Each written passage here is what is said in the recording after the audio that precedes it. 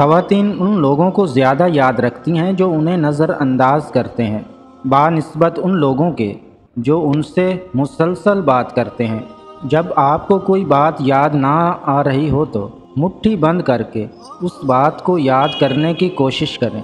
जब आप रात को 7 से 8 घंटे की नींद नहीं लेते तो आपको हार्ट अटैक और फालज के चांस बढ़ जाते हैं। जब कोई आपको मुतासिर करने की कोशिश करता है तो इसका मतलब है कि वो आपसे पहले ही मुतासिर हो चुका है। कभी कभी किसी की तवज्जो हासिल करने का बेहतरीन तरीका ये होता है कि आप उन्हें तवज्जो देना छोड़ दें। सबसे बेहतरीन बदला आगे बढ़कर मेहनत करना और कामयाब होना है। कभी भी किसी को अपनी तकलीफ़ पर खुश होने का मौका ना दें।